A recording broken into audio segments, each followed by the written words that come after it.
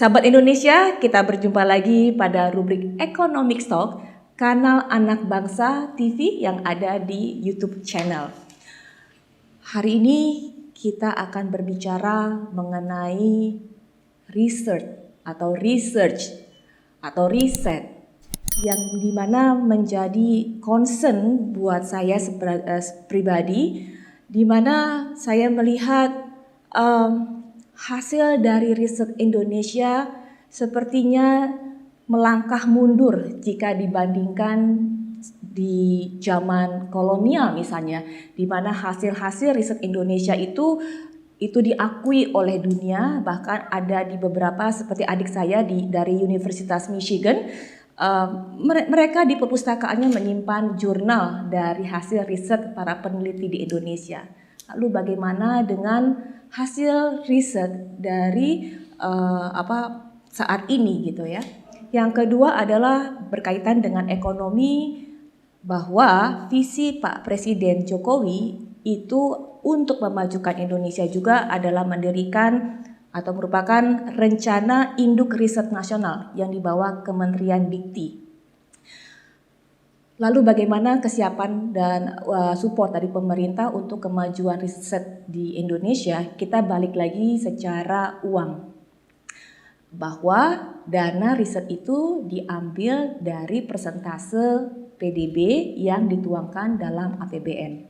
Kita bandingkan di 2014 itu hanya 0,09% dari PDB, tetapi ketika Pak Jokowi menjabat itu langsung dinaikkan lebih pada 200%, jadi sekitar 0,2% dari PDB yang dimasukkan dalam APBN 2015. Nilainya sekitar 17 triliun, cukup banyak. Seiring dengan itu pula semakin menaik. Tahun 2019 atau 2020 itu sudah di atas 25 triliun. Bahkan di tahun 2024 ditargetkan itu sekitar 50 triliun rupiah dana riset yang dialokasikan oleh pemerintah. Lalu bagaimana hasilnya? Kita bandingkan kalau di 2014 atau 2015 dari dana sekitar 17 triliun dana riset kemudian dipergunakan sekitar 701 hasil karya riset. Namun dari 701 itu yang ternyata bisa diimplementasikan, yang ternyata sesuai dan dipergunakan itu hanya sekitar 9 hasil riset aja. 701 banding 9. Lalu 600 sekian itu kemana? 690 lebih hasil riset hanya disimpan di lemari. Kenapa? Karena hasil riset itu hanya digunakan, mereka mengajukan dana riset dan melakukan riset itu biasanya adalah satu untuk meraih gelar. Yang kedua, naik jabatan. Sehingga hasil risetnya adalah hasil riset untuk keuntungan pribadi, bukan untuk sesuatu yang bersifat kepentingan dan kemajuan suatu negara, termasuk adalah Indonesia. Yang kedua, bahwa pemerintah sudah sedemikian supportnya, di mana saat ini kalau kita bicara dunia riset, 75% itu adalah dana pemerintah, 25% dana swasta. Ini berbanding terbalik dengan negara-negara maju, katakanlah Amerika, Jerman. Mereka justru 75%-nya itu adalah swasta, 25%-nya adalah pemerintah. Mudahnya, kalau kita bertanya mengapa Korea Selatan begitu pesatnya dalam ilmu pengetahuan dan perkembangan, termasuk juga ekonomi dan segalanya, termasuk budaya. Karena di 2014 ketika Indonesia itu hanya 0,09% dari PDB-nya, Korea Selatan itu sudah sekitar 3,4 dari PDB-nya itu untuk dana riset. Nah, di bawah kepemimpinan Bapak Presiden Jokowi, maka pemerintah benar-benar serius mengeluarkan dana yang cukup besar, namun bagaimana tata kelola dari dana pemerintah yang ditargetkan 50 triliun itu sehingga menghasilkan karya-karya nyata. Seperti kita tahu bahwa riset atau kemajuan ilmu pengetahuan itu adalah gambaran mengenai suatu keadaan suatu negara. Episode kali ini saya mengundang seorang profesor yang merupakan mantan Menteri Riset dan Teknologi yang juga pernah menjabat sebagai Kepala BPPT. Kita undang dan sudah hadir, yaitu Bapak Profesor Rahardi Ramelan. Selamat siang Bapak Rahardi, Pak Profesor, apa kabar? Selamat siang, Vera. Baik, terima kasih. Jadi Pak Rahardi, kalau kita sama-sama berdua aktif di Yayasan Batik Indonesia ya Pak. Betul. Oke, jadi hari ini kita tidak bicara batik, tetapi kita bicara mengenai riset Pak. Seperti Vera bilang tadi, Vera punya concern mengenai riset karena sampai tadi pagi pun Vera membaca surat kabar atau koran, tidak pernah rasanya Vera lihat hasil riset ini menjadi headline-nya di surat kabar, Pak. Jadi kalau Vera bilang ada apa dengan riset di Indonesia? Nah, sebelum ke sana itu bisa nggak sih Pak dijelaskan apa sih yang dimaksud dengan riset ini? Ya, ini memang satu istilah yang sebenarnya berasal dari bahasa Inggris, research kan. Nah, tapi di kita ini memang sudah istilahnya campur aduk. Sebetulnya kalau di bahasa Indonesia kan penelitian. Nah, kita lihat memang sangat riset kita ini selamanya nuansanya adalah harus menghasilkan nilai ekonomi. Tapi kan sebetulnya bukan demikian. Riset itu mencakup berbagai jenis kegiatan yang di sekitar masyarakat. Ada riset kebudayaan, ada riset mengenai perilaku manusia, ada riset mengenai kesehatan, pertanian, dan lain-lain, yang mungkin hasilnya itu tidak bisa dilihat dari segi ekonomi. Sebab itu tidak menarik bagi media. Tetapi hasil-hasil riset, kalau kita bicara adalah basic research, bahwa riset itu berhasil atau tidak berhasil, itu berhasil.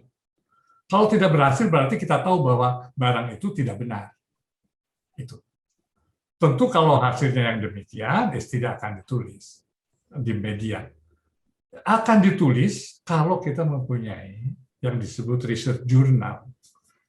Jurnal yang biasanya berdual language, bahasa Inggris, bahasa Indonesia, dengan pakar-pakar penilainya yang cukup baik, itu bisa dikenal di dunia penelitian. Orang, dia baru aja meneliti masalah ini, dan ternyata ini tidak benar. Itu udah hasil riset buat saya. Jadi istilahnya kalau dasarnya riset adalah to explore the unknown world, yaitu mengeksplor dunia lah, apapun juga. Dan ini adalah bidang-bidangnya tertentu. Itu kayaknya begitulah kalau berbicara masalah riset ya.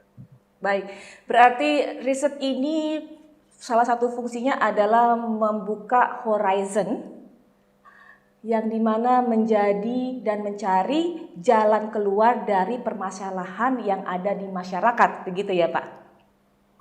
Bisa begitu, atau dasarnya adalah eagerness para periset pengen tahu sesuatu yang belum diketahui orang. Baik, nah riset itu kan ada berbagai macam jenis, dan kalau memang untuk mencari jalan keluar dari permasalahan yang ada di masyarakat, maka yang paling tepat adalah riset yang sifatnya embedded, yang sifatnya itu bahwa sesuai dengan apa yang terjadi di masyarakat, begitu kan Pak? Itu kalau kita ada dua jenis riset. Satu adalah riset yang disebut basic atau fundamental research, itu saya katakan. Ada lagi yang disebut applied research. Lalu yang tadi Vera katakan ini adalah masuk kepada applied research. Jadi research yang betul-betul bisa diaplikasikan. Iya, baik. Nah, Pak, kalau Vera baca gitu ya, ketika zaman kolonial, kemudian itu banyak sekali hasil-hasil riset yang bagus gitu ya Pak.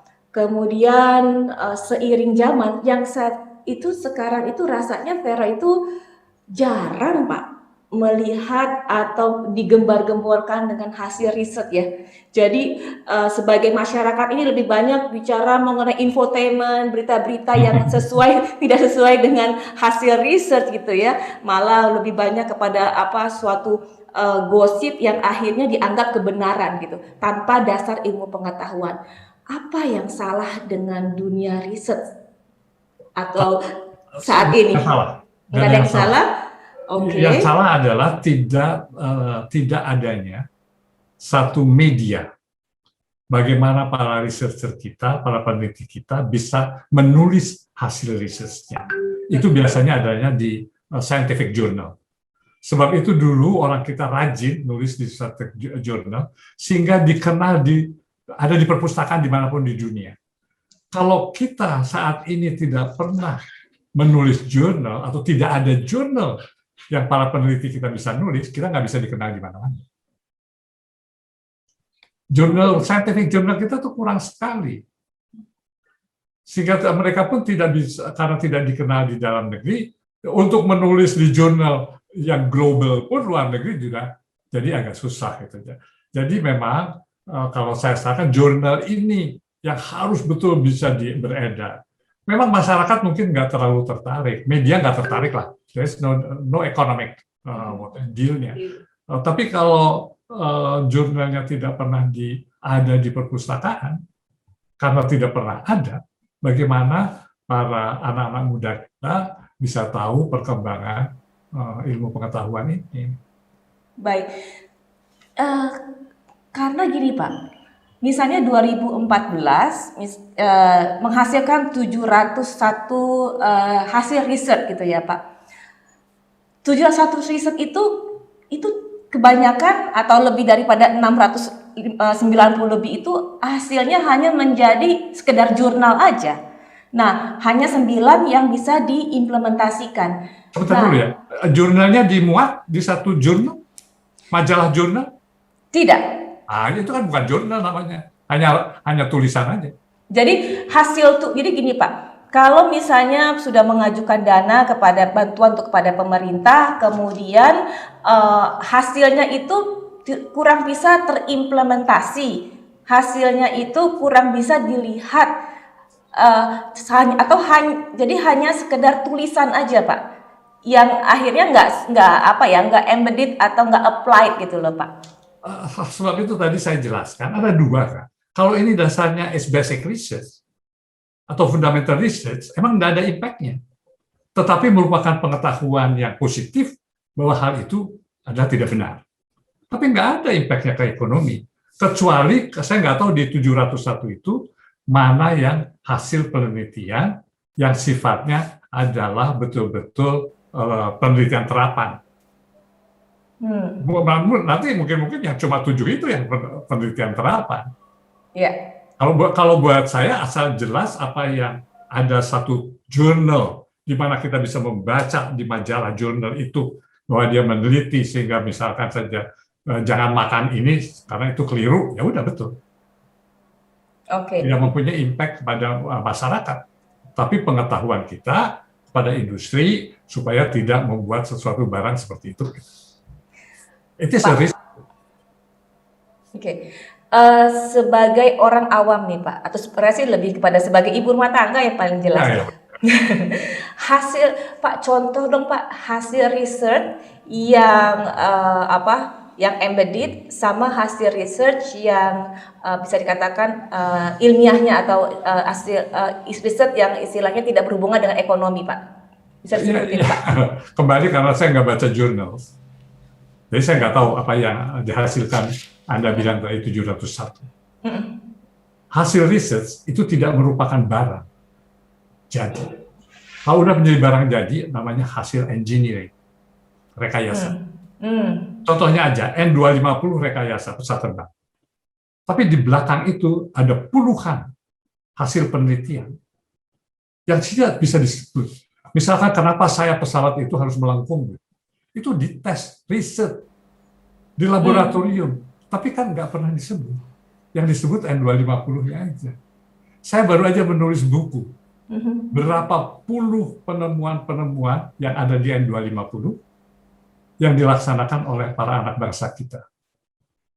Puluhan.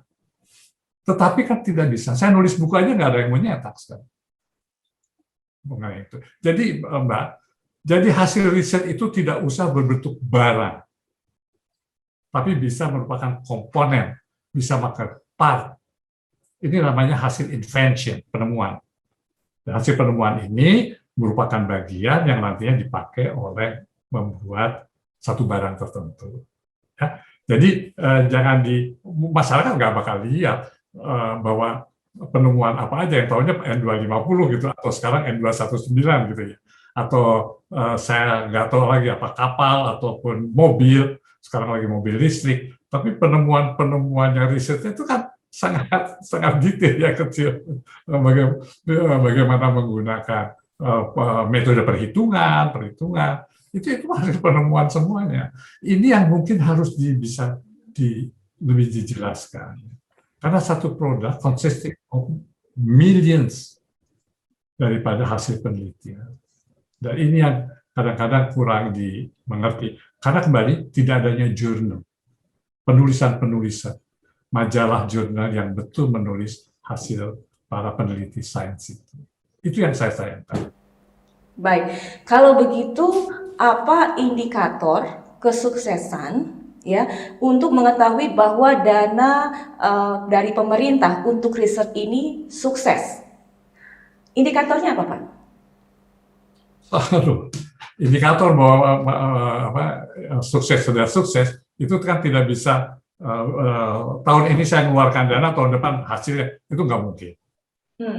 Kalau hasil penelitian itu kan baru sesuatu yang tadi saya komponen kecil, mungkin barangnya baru lahir nanti 3 tahun yang lalu. Tiga tahun lagi gitu ya, atau 4 tahun lagi. Itu hampir tidak mungkin kalau dinilai dengan itu. Sebab itu penilaiannya adalah sementara ini sejauh mana penelitian itu betul-betul dilaksanakan. Nah, saya hanya saran aja sekarang. Uang itu banyak, tapi kita harus fokus aja dulu. Kan Pak Presiden sendiri menyatakan, jangan uang itu dikicit-kicit di proyek-proyek yang semuanya harus rata. Buat satu proyek yang besar yang akan melahirkan penemuan-penemuan lainnya. Let the project drag atau menjadi menarik riset yang harus dilaksanakan. Itu yang saya katakan tadi, misalkan proyek N250 itu menarik puluhan riset. Tapi kalau kita nggak mempunyai the big project sebagai penghela, maka nggak akan kelihatan. Kalau kita menunggu yang dari bawah sebagai the push, akan sulit terjadinya. Jadi memang dalam masalah pengembangan ini ada dua. Ada pull teori, yaitu membuat proyek-proyek besar, lalu menarik itu, atau membuat push teori, yaitu hasil-hasil riset yang akan mendorong ekonomi. Nah ini kita agak masih susah ini ya. Kecuali mungkin di bidang, mudah-mudahan di bidang pertanian, di bidang energi, apa sekarang misalkan penggunaan sawit menjadi bahan bakar, itu is the push, teori push. Kalau proyek-proyek besar, banyak sekali dulu pembangkit tenaga listrik dan lain-lain, itu proyek besar yang harus dimanfaatkan untuk meng-pull penelitian apa yang diperlukan. Dan itu akan menarik sekali.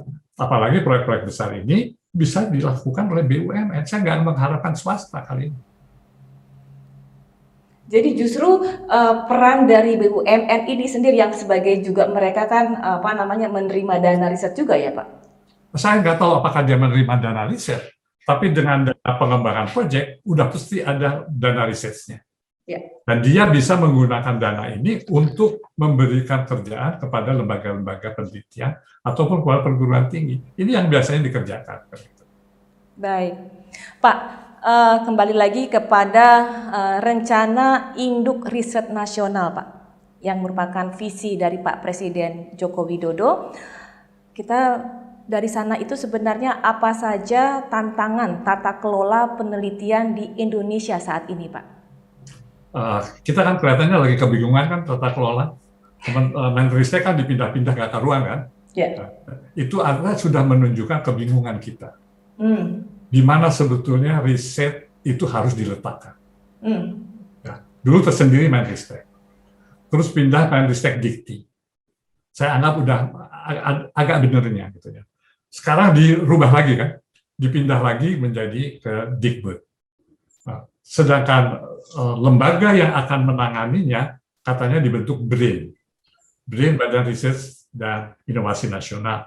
Ya sampai sekarang saya nggak tahu bentuknya gimana. Jadi kita sendiri masih kebingungan nih. Kalau menurut saya, bukan saya, tetapi sistem kelola para birokrasi kita ataupun politisi kita kebingungan bagaimana menaruh untuk bahwa betul-betul dana riset itu bisa efektif dan efisien. Terus terang aja, kalau pandangan saya selamanya memisahkan antara ilmu pengetahuan dan teknologi. Jadi tidak boleh digabung itu. Ilmu pengetahuan tersendiri, teknologi tersendiri. Yang banyak risetnya itu uangnya harusnya ke teknologinya. Tapi ilmu pengetahuan juga butuh uang penelitian gitu ya. Tapi kita harus agak apa yang dibicarakan oleh Pak Presiden Jokowi misalkan uang ke daerah, jangan diincit-incit setiap bagian dari unit daerah di kebagian naik 10%, semuanya naik 10% gitu. Ini yang jangan terjadi. Sekarang kita pengen apa sih? Presiden mengatakan misalkan we want to be ahead dengan mobil listrik. Coba kan sudah ada roadmap-nya. Saya udah baca roadmap-nya. Sekarang oke, uang penelitiannya buat apa? Mencari rare materials atau mendesain untuk mencari supaya betul uang yang digelontorkan kepada penelitian itu, let's say 20% kepada mobil listrik. Tapi jangan di-incit gitu loh. Karena pengennya semuanya kebagian, nggak ada yang marah kan gitu. Atau lobby politik. Dalam arti bahwa dari sisi intelektual atau peneliti itu ada kendala di mana susahnya untuk mengajukan dana gitu. Walaupun sebenarnya secara pemerintah sudah menyiapkan, tetapi di lapangan itu bahwa dana yang let's say sekarang ini udah sekitar 27 triliun sesuai dengan APBN gitu ya. Ternyata ada kesulitan untuk para peneliti ketika mengajukan, seperti itu Pak? Saya nggak tahu, uang sekian triliun itu mungkin tandanya aja penelitian, saya belum tahu, tapi apakah betul khusus untuk penelitian toh? Karena penelitian, Mbak Vera, seperti kita ketahui, ini selain di lembaga-lembaga penelitian, yang jumlahnya cukup banyak, itu penelitian dilaksanakan juga di perguruan tinggi. Penelitian juga dilaksanakan di departemen-departemen atau kementerian, kan ada litbangnya. Yeah. Kemungkinan penelitian itu hanya sekedar meneliti peraturan atau kebijaksanaan. Itu termasuk penelitian bagi mereka. Apakah pembagiannya semacam ini? Kalau yang penelitian benar, saya kira kawan-kawan, saya guru besar di ITS, jadi saya tahu persis cara mengajukan gimana. Atau saya pernah di BPPT cukup lama gitu ya. Saya kira tetap jalan. Hanya masalahnya saya nggak tahu sekarang model sekarang. Dulu itu harus diproyekkan. Jadi harus ada proyeknya dulu, penanggung jawabnya yang diteliti apa, siapa pelaksananya. Itu satu. Kedua, jangan lupa bahwa penelitian itu membutuhkan laboratorium. Okay. Kalau betul-betul kita mau meneliti. Laboratorium kita apa? Up to date.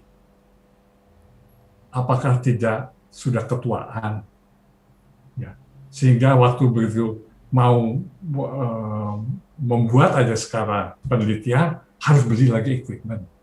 Karena tidak ada continuity daripada pengadaan material. Apakah dana litbang itu juga termasuk pengadaan untuk equipment itu? Saya tahu aja di Puspitek itu tempat laboratorium yang canggih. itu mungkin sudah rasanya seingat saya dulu termasuk yang memulai 20 tahun yang lalu, rasanya nggak ada tambah bagusnya gitu, tanpa satu edisi, karena ilmu pengetahuan itu berkembangnya cepat sekali, Yes. terutama didorong adanya digitalisasi dan lain-lain. Jadi saya nggak tahu persis, saya nggak bisa nanggapi. Kalau kita harus fokus saja. Oke, pemerintah yang memutuskan. Pak Presiden pengen mobil listrik, oke, make a big bang proyek mobil listrik. Derivatifnya apa? Apa yang harus dicari? Itu yang harus. Ataupun sekarang katanya mau sawit untuk bahan bakar. Jangan dicari targetnya 10%, 20%, 30%. Make like seperti Brazil menggunakan etanol 100% di mobil dalam waktu dekat. Jadi harus ada satu, dan saya yakin Presiden Jokowi bisa membuat ini. Tinggal dia aja ngotot dikit gitu, supaya para industri dan para penelitinya kerja benar. Oke, jadi dari tadi Bapak mengatakan bahwa kendala di lapangan itu adalah pada saat penyaluran dana bantuan untuk riset ini. Jadi supaya ini menjadi perhatian pemerintah, walaupun anggarannya besar, tetapi jika dikucurkannya itu Bapak bilang istilahnya adalah seencrit atau sedikit-sedikit, justru itu menjadi kendala gitu ya Pak ya? Kendala dan nggak ada hasil yang bagus.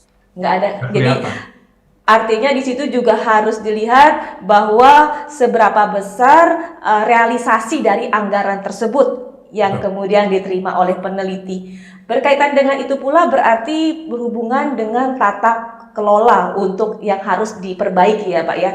Kalau yang saya lihat kan bahwa tadi kita bicara dana, tata kelola dana, dananya sudah ada, cuma masalahnya adalah bagaimana realisasi dari dana anggaran untuk bisa diterima kepada calon peneliti istilahnya untuk satu subjek gitu. Yang kedua adalah sumber daya manusia nih Pak. Nah, menurut Bapak, Pak Profesor, bagaimana sumber daya manusia Indonesia yang berkaitan dengan riset ini Pak? Ini saya agak susah juga. Begini ya, sumber daya kita ini sebetulnya cukup banyak. Tetapi bagaimana sumber daya manusia kita ini bisa bekerja benar? Saya hanya cerita aja. Ratusan para dulu yang mendesain N250 termasuk ada peneliti, sekarang 150 di luar negeri semuanya. Karena tidak ada proyek di Indonesia, tidak ada penghela. Demikian juga beberapa peneliti kita lebih senang bermukim di luar bukan apa-apa. Tapi karena apa yang dia sudah belajar, sudah betul-betul dia gemari, meneliti segala macam, tidak ada satu kegiatan apa-apa di situ. Tapi masih ada kawan-kawan saya yang tetap masih di sini, walaupun dengan istilahnya rame enggawe sepi sepi pamrih. Mereka bekerja keras tapi dia nggak pernah ngomong. Itu masih banyak. Tapi bagaimana menempatkan mereka itu? Mudah-mudahan dengan BRAIN ini, Badan Riset dan Inovasi Nasional ini, saya harapkan bisa. Di perguruan tinggi itu masih banyak orang-orang yang mempunyai cita-cita yang murni dan luhur. Tetapi yang sudah nggak tahan ya pada pergilah. Baik. Artinya di sini bahwa sumber daya manusia Indonesia itu sangat potensial gitu ya Pak. Cuma sebagian merasa bahwa kurang dihargai di dalam negeri ini gitu ya. Ketika mereka mempunyai kemampuan tetapi apresiasi itu kurang dirasakan oleh mereka. Pak, belum apresiasi mereka punya tempat aja nggak ada. Bahkan maksudnya nggak ada wadah untuk yang mereka. Buat mereka. Sedangkan belajarnya segala macam. Wadah yang ideal seperti apa, Pak? Sebetulnya wadah yang ideal itu wadah di mana mereka bisa bekerja dengan baik. Ada programnya. Kalau dia seorang ahli nuklir, tapi kita tidak ada kegiatan nuklir, walaupun ada Batan, kan buat dia ngapain saya? Lama-lama dia jadi pedagang. Artinya ilmunya nggak bisa tidak dipakai. Jadi artinya saya juga Pak Vera searching juga gitu ya, pendapat-pendapat anak-anak muda terutama dan mereka yang berkecimpung di dunia riset. Let's say Vera ambil contoh di swasta deh Pak. Banyak sekali ini anak-anak muda dan juga yang mereka karyawan di bidang riset dan teknologi R&D-nya perusahaan itu merasa bahwa saya menyesal menjadi seorang yang bekerja di bagian riset dan teknologi.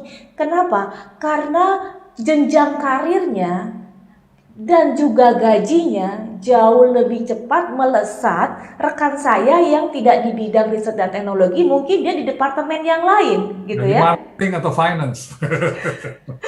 Betul. Nah, ini juga menjadi suatu pelajaran seperti Bapak bilang bahwa rekognisi, wadah dan apresiasi itu yang kurang. Padahal jadi kalau kita ambil nih Pak, satu sisi para masyarakat atau orang-orang Indonesia yang pastinya pintar bekerja di bidang riset gitu, mereka merasa bahwa ilmunya mereka kurang diapresiasi, baik itu secara sosial maupun secara misalnya keuangan gitu ya.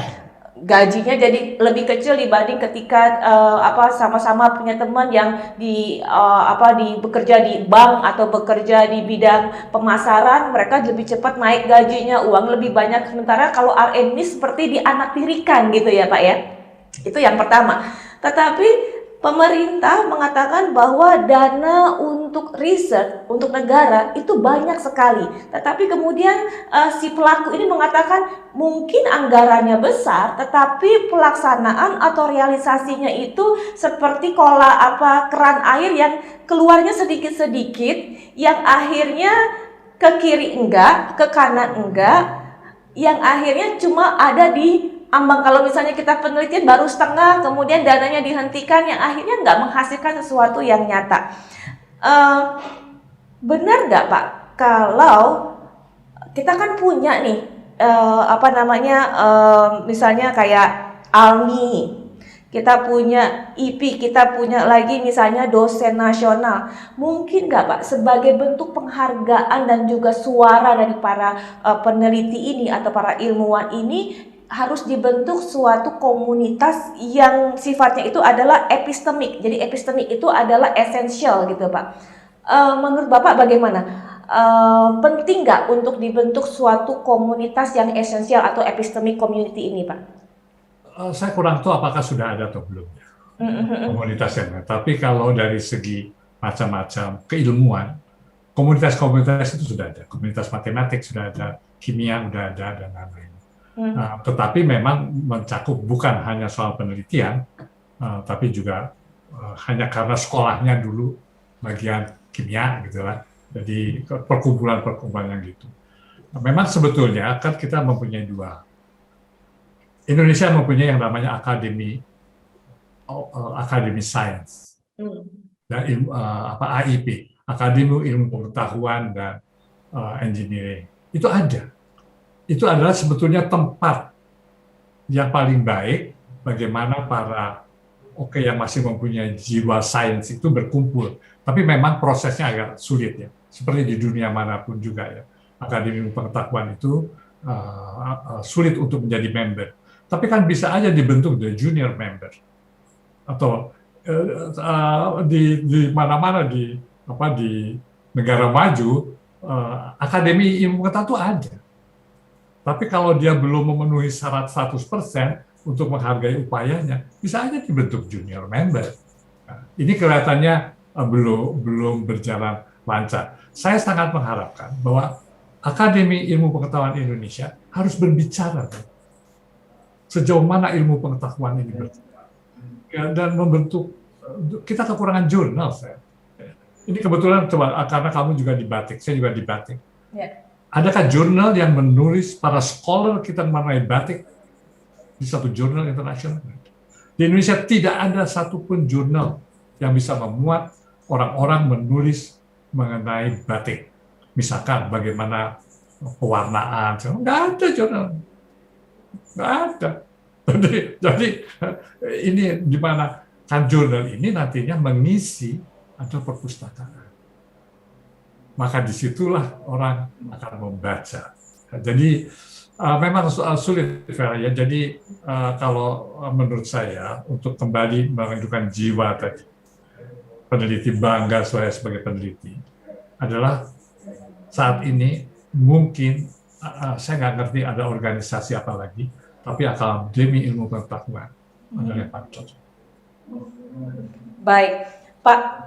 Kalau begitu, apa sih arah atau visi dari penelitian yang sedang dilaksanakan? Kita arahnya tuh sebenarnya mau kemana, Pak? Kembali, ada dua. Kalau penelitian dasar, yang disebut basic research, itu adalah orang meneliti sesuatu to explore the unknown, yang tidak diketahui pun kita cari, gitu ya. Dan ini emang satu jiwa seorang peneliti, gitu. Lihat sesuatu dia akan teliti aja, apakah hasilnya negatif positif, itu ada hasil, gitu lah ya. Ini kayak kalau zaman dulu nenek-nenek kita, para leluhur kita kan cobanya kalau makanan dengan makan, kalau nggak mati ya berarti bagus. Karena kalau mati ya jelek, gitu kan. Jadi kan trial by error, gitulah. Peneliti pun begitu. Itu hal yang kecil sekali, ya. Saya katakan penelitian itu adalah merupakan, kalau kita memakai sistem mainannya pakai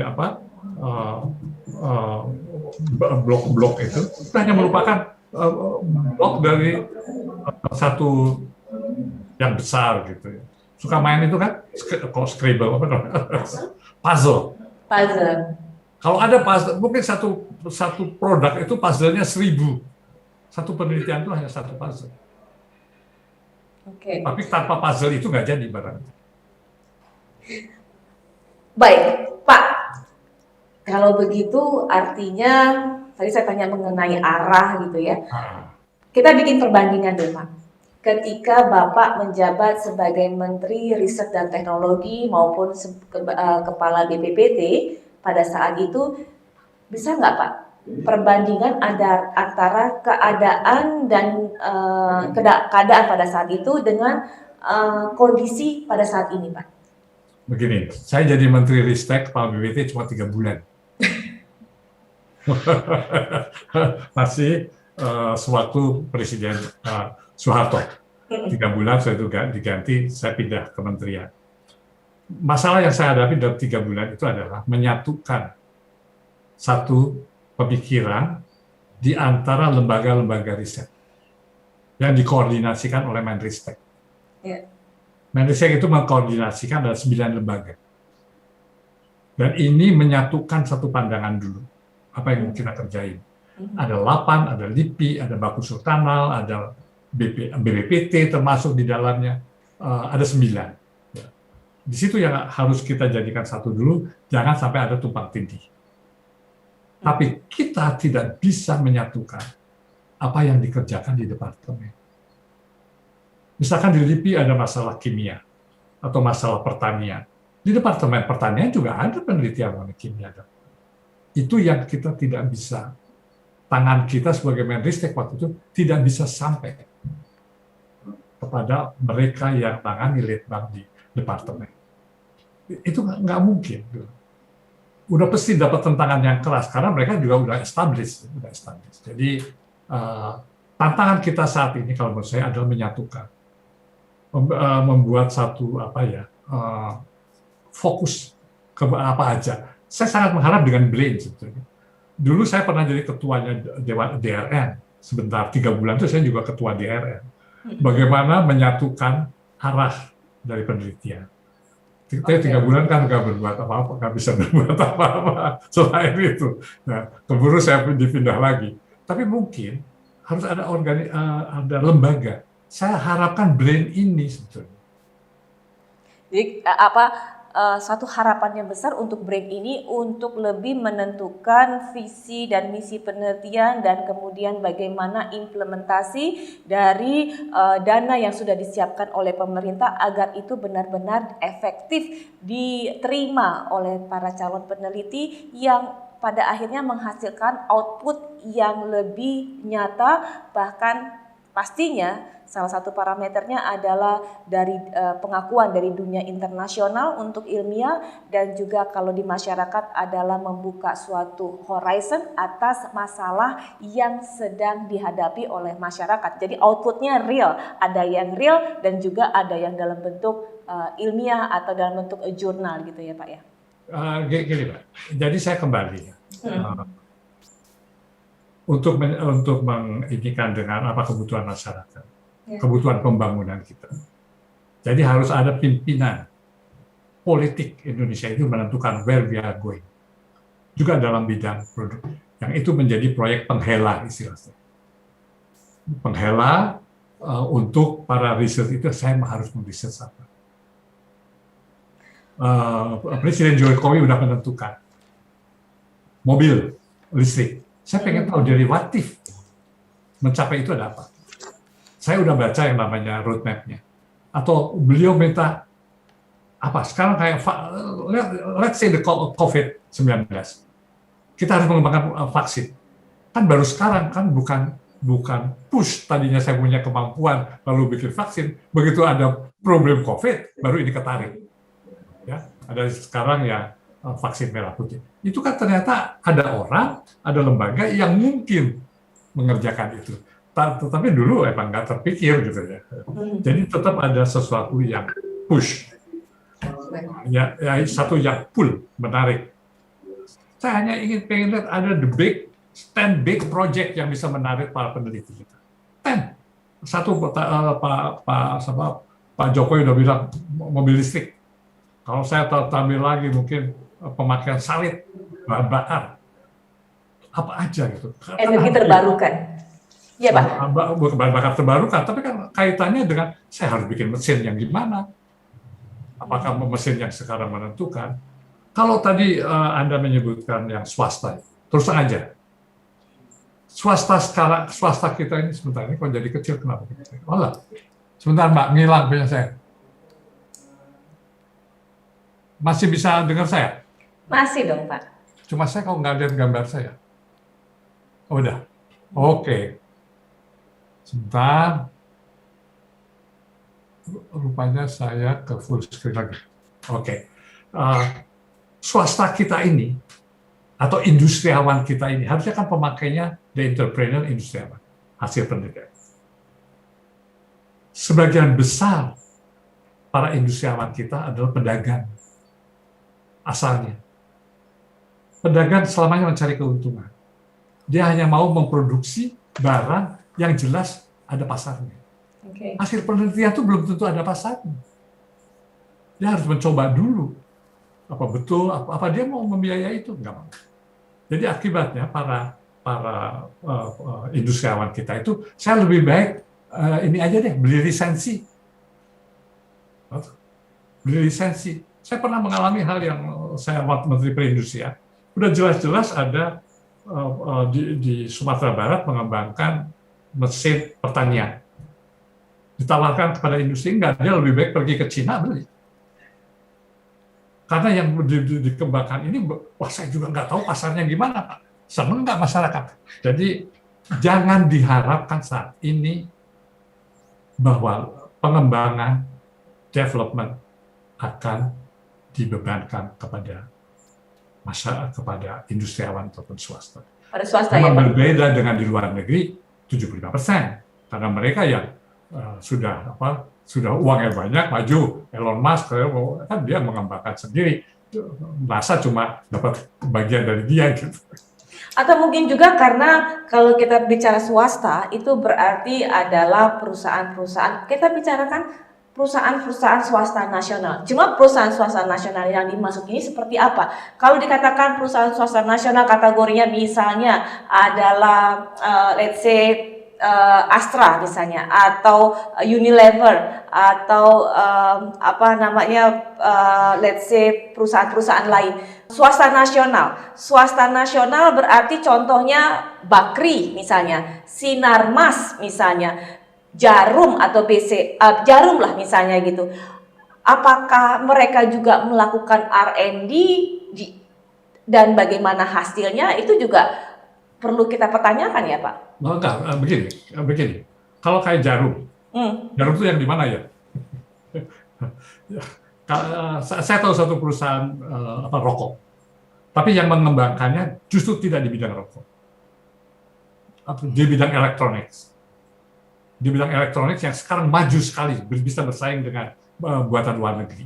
Saya nggak usah nyebut namanya, nanti disangkanya saya mau propagandakan. Itu luar biasa. Nggak apa-apa Pak, masyarakat juga kan perlu tahu Pak. Polytron. Polytron is real brand Indonesia. Oke. Ya, dia mempunyai kapasitas di pabriknya di Kudus itu, mempunyai kapasitas percetakan uang. Beberapa negara Afrika nyetak uangnya di Indonesia. Maksudnya percetakan uang dalam arti nyetak lembaran uang. Bukan uang kita. Uangnya negara Afrika dicetaknya di Indonesia. Oh, oke.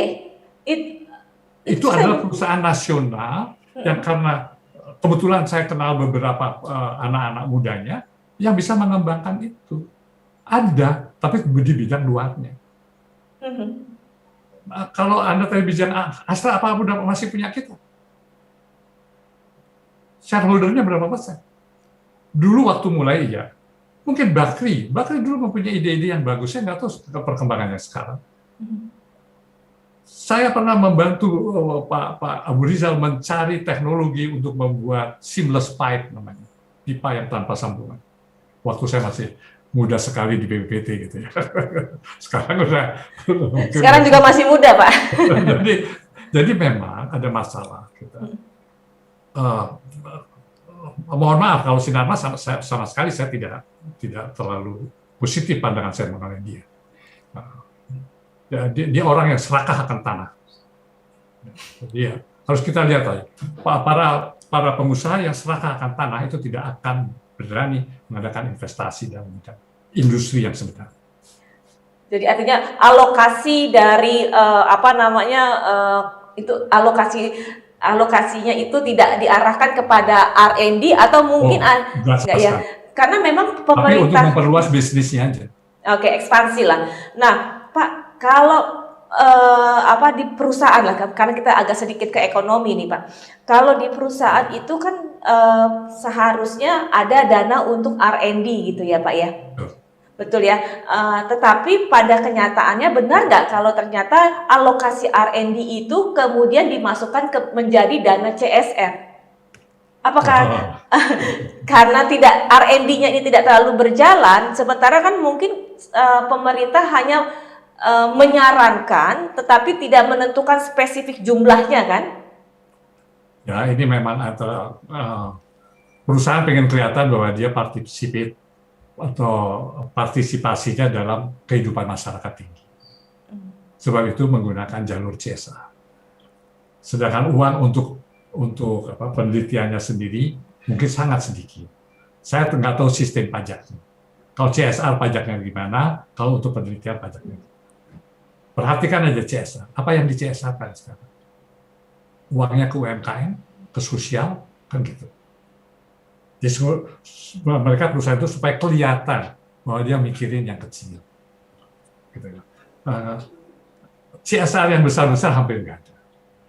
Misalkan dulu saya mengkritik, misalkan harusnya CSR satu pabrik baja jangan membantu pembuat emping, mau pembantu industri baja yang kecil-kecil gitu. Tapi kan ini CSR-nya kan jadi campur aduk. Coba aja uang CSR di perusahaan-perusahaan itu, bank-bank itu, berapa CSR yang masuk ke UMKM termasuk juga ke batik? Hanya dengan menyiapkan kalau ada pameran, booth-nya dia, para pelaksana UMKM tidak harus bayar. Jadi CSR-nya mereka kebanyakan. Ya. Dan supaya kelihatan aja gitu. Oke, walaupun kita hari ini berbicara mengenai riset, tetapi juga riset itu adalah from unknown to be known gitu ya, dari yang tidak tahu menjadi tahu. Mungkin juga masyarakat juga perlu tahu bahwa ya kan sebagai bahwa dana CSR atau saat ini mungkin belum ada perusahaan terutama BUMN yang mempunyai program CSR yang berkesinambungan. Ini hasil riset juga nih Pak. Begini, saya pernah menyarankan dana CSR itu kemana? Ya. Bentuklah satu ventures capital. Yang dengan uang ventures capital ini kita bisa membiayai bukan risetnya, tetapi bagaimana mengimplementation riset ini kepada pasar. Itu biasanya dibiayai oleh ventures capital. Nah, di Indonesia ini saya pernah nanya, tapi sekarang nggak tahu apa betul. Katanya nggak ada undang-undangnya yang memungkinkan ventures capital itu. Tetap aja meminjamkan uang harus dengan bunga. Atau dia harus mengambil bagian dari share. Sedangkan ventures capital dan harus juga ikut di dalam manajemen. Ventures capital nggak bukan gitu. Kita namanya ada modal ventura, tapi the operation tidak ada modal ventura. Ini yang saya harapkan, kalau Pak Jokowi sudah membentuk kemarin dana mengenai dana untuk investasi, kenapa nggak membentuk dana untuk ventures capital dalam bidang implementasi dari hasil riset ini? Saya sudah mendambakan, mungkin bicara ini sudah sampai capek, saya sudah lebih dari 30 tahun membicarakan mengenai ventures capital, tapi kelihatannya tidak jalan-jalan gitu loh ya. Karena begini Mbak Vera, hasil penelitian, hasil rekayasa, itu tidak 100% bisa dilaksanakan. Dalam sejarah, mungkin hanya bisa sekitar 10-15% dari beratusan hasilnya yang bisa betul masuk pasar dengan menguntungkan. Dan ini yang bisa menanggung ini adalah ventures capital. Saya sering jalan-jalan di Jakarta ini, memasuki yang disebut co-working space. Yes. Yang lagi in. Co-working space, yes. Yang lagi in sekali. Saya jalan-jalan co-working space. Kali di Jakarta ada 30-40 co-working space. Saya udah datang dan saya duduk di situ. Saya di co-working space di Jogja. Saya di Bali, di mana-mana. Itu emang hobi saya. Saya senang lihat anak-anak yang sedang. Siapa yang ada duduk di situ selain para mereka? Adalah para venture capitalist dari Malaysia, Singapura. Dia lagi ngintip-ngintip aja. Ini anak ini berbuat apa? Begitu dia berbuat bagus, tap. Oke, I put my money there. Ini kita co-working space itu tempatnya anak-anak muda gaul kayak saya gini loh. Jadi digital ya. Iya. Desain dan digital.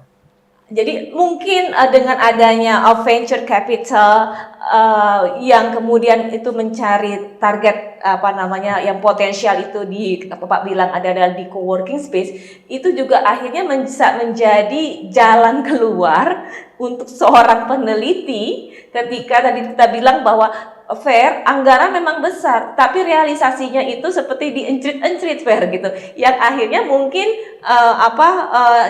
potensi-potensi hasil riset itu yang kemudian mungkin bisa ditangkap oleh si venture capital jika pemerintah hingga saat ini meski anggarannya besar tetapi realisasinya istilahnya diencrit-encrit gitu ya Pak ya.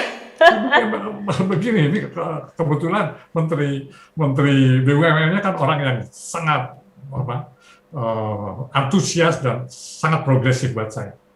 Mungkin beliau bisa aja mengorganize daripada CSR BUMN itu besar itu kumpulkan menjadi satu di dalam 1, 2, 3 perusahaan venture capital. Dan tempatkan orang-orang venture capital di BPPT, di LAPAN, di LIPI, melihat apa yang mereka kerjakan. Kalau good, just tap it. Menarik. Hanya pengalaman saya lihat di co-working space. Atau di mana satu tuh yang dulu oleh Pak Ahok dibuka di sekitar satu tempat yang sangat bagus buat saya. Misalnya co-working space atau tempat pelatihan, dia mempunyai mesin untuk orang mencoba bikin sesuatu. It was very good. Di Jogja juga banyak. Jogja adalah pusat daripada digital sekarang ini. Luar biasa kalau Jogja. Jadi mungkin itu loh Mbak Vera ya. Money-nya jangan nggak karuan, nggak karuan lah. Oke lah buat UMKM dikit. Tapi bentuk venture capital barang 4-5 biji gitu, taruh di BPT, taruh suruh ngintip aja apa yang gitu. Jadi venture capital justru mulai merambah dalam di sisi ilmiah itu untuk riset seperti BPPT Bapak bilang kan, kemudian instansi-instansi riset lainnya gitu ya Pak ya. Sebenarnya itu perusahaan-perusahaan yang bagus di dalam IT kita. Kan kebanyakan kalau udah punya orang Singapura atau orang Malaysia, karena mereka duduk di sini. Saya ada di Senopati itu, saya beberapa kali duduk di sini. Saya tanya itu yang di kamar siapa? Venture capitalnya Singapura Pak lagi ngintip kita. Jadi jangan sampai kemudian para potensial ilmuwan dengan hasil riset-riset yang sangat bagus yang akhirnya itu diakuisisi oleh asing. Padahal katanya pemerintah sudah menyiapkan dana yang begitu besar gitu ya kan Pak. Terakhir nih Pak, apa impian seorang Profesor Rahardi Ramelan untuk kemajuan riset Indonesia berkaitan dengan kita menuju Indonesia Emas 2045? Impian saya tuh ada beberapa hal. Saya udah ngimpi terus dari dulu. Jadi saya nggak pernah ngimpi tadi jadi menteri. Yang penting ada sekarang, apa kekuatan dulu kita.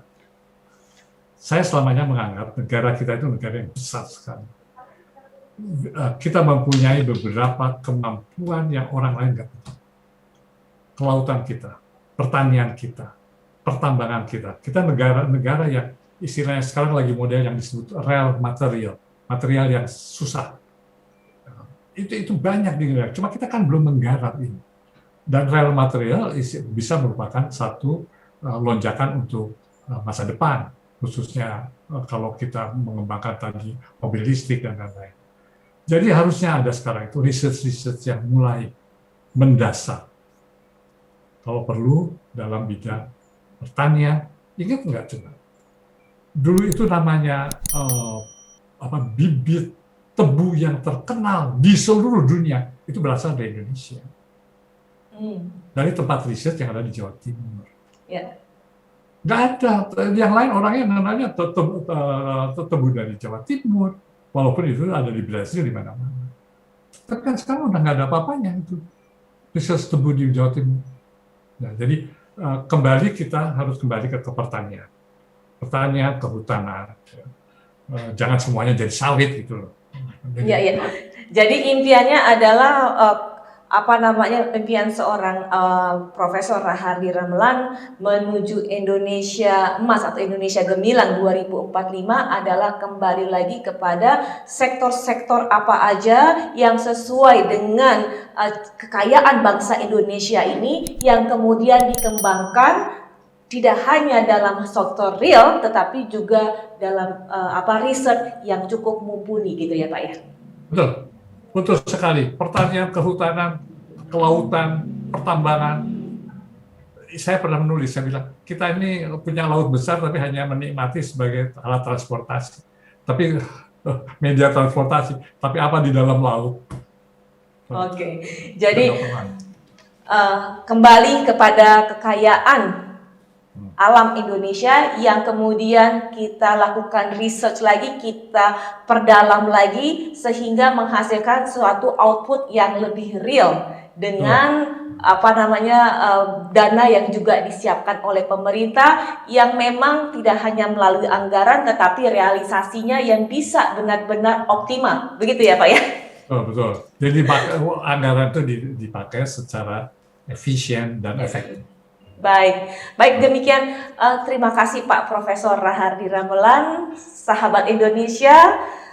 Senang sekali pada akhirnya obrolan kita dengan Pak Rahardi ini menghasilkan suatu pemikiran dari seorang senior tentang mimpinya dan harapan serta concernnya terhadap dunia riset di Indonesia. Sampai bertemu dalam episode berikutnya. Salam Kanal Anak Bangsa YouTube channel.